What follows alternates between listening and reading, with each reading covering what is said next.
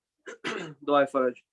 أعوذ بالله من الشيطان الرجيم بسم الله الرحمن الرحيم إلهي يزم البلاء وبري الخفا وانكشف الغطاء وانقطع الرجاء وضاقت الأرض ومنيت السماء وأنت المستعان وإليك المشتكى وعليك المعول في الشهدات والركاء اللهم صل على محمد وآل محمد أولي الأمر الذين فرضت علينا تحتهم وعرفتنا بذلك منزلتهم ففرج عنا بحقهم فرجا آجلا قريبا قلم البصار أهو أقرب يا محمد يا علي يا محمد يا محمد اكفياني فإنكما كافيان وانصراني فإنكما ناصران يا مولانا يا صاحب الزمان الغوث الغوث الغوث أدركني أدركني أدركني الساعة الساعة الساعة الأجل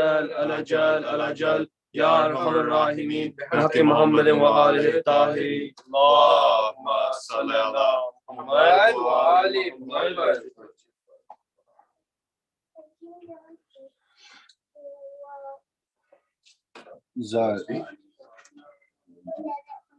Bismillahirrahmanirrahim. Assalamu alaikum ya Abu Abdullah. Assalamu alaikum ya Rasulullah.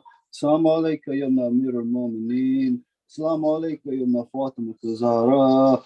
Assalamu alaikum ya Abu Fazl Abbas. Assalamu alaikum wa rahmatullahi wa barakatuh. Hazrat Imam Ali ibn Musa Rida. Assalamu alaikum ya Garib al-Gurba. Assalamu alaikum ya Ali ibn Musa Rida. Assalamu alaikum wa rahmatullahi wa barakatuh.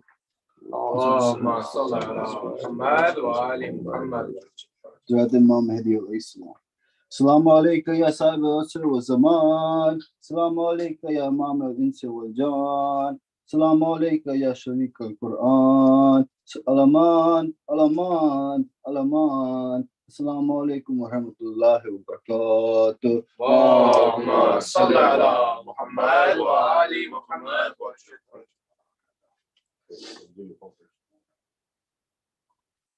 Army of Hussein, 72 brave, thirsty for days, water is all they craved. They stood ready to enter their graves, and in the end, Islam is what they saved. Imamat is what they saved. Qiyamah is on the way.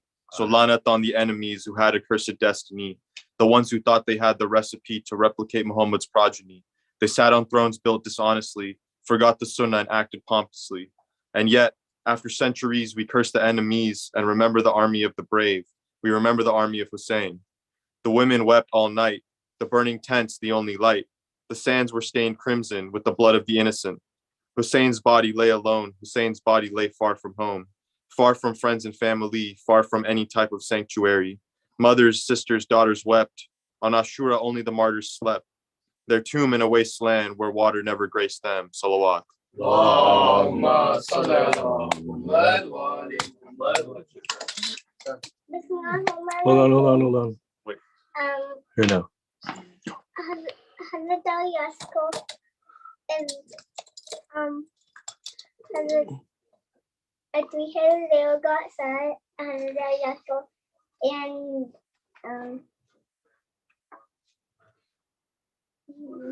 And then what? Was he thirsty? he was thirsty for Hanuman, and Whose son was he? he wasn't Imam Hussein's son.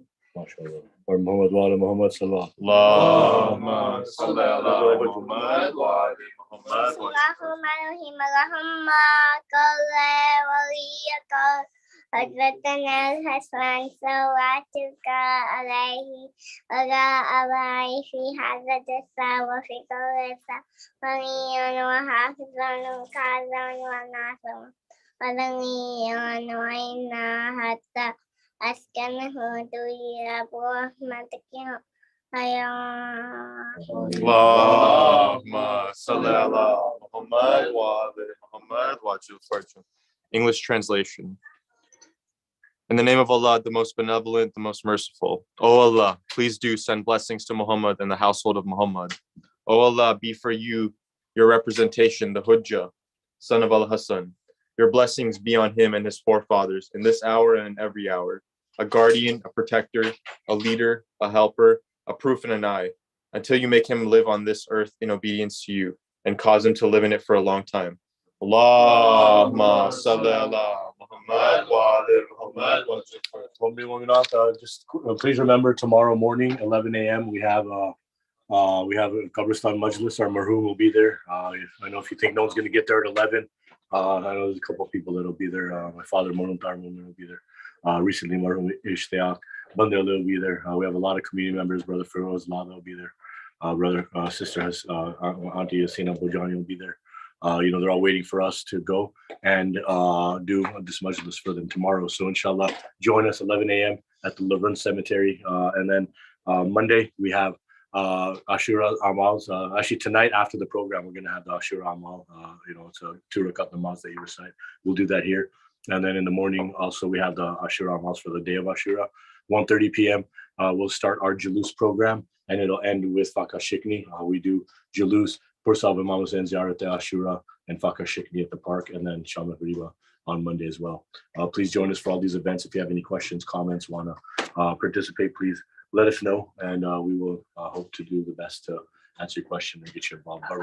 After the first 10 days, is it going to be just programs on the weekends? Or after the first 10 days, we're planning to keep the discussion programs going at least once a week. Maybe we have some special guests, sport commentators that are going to come in and maybe do call some of the Thursday night football games along with some really renowned sports personalities. And then we also, on the 24th of September, it's going to be a week after Chelum, will be our next poetry night. It's Islam poetry. The topic will be Chelum.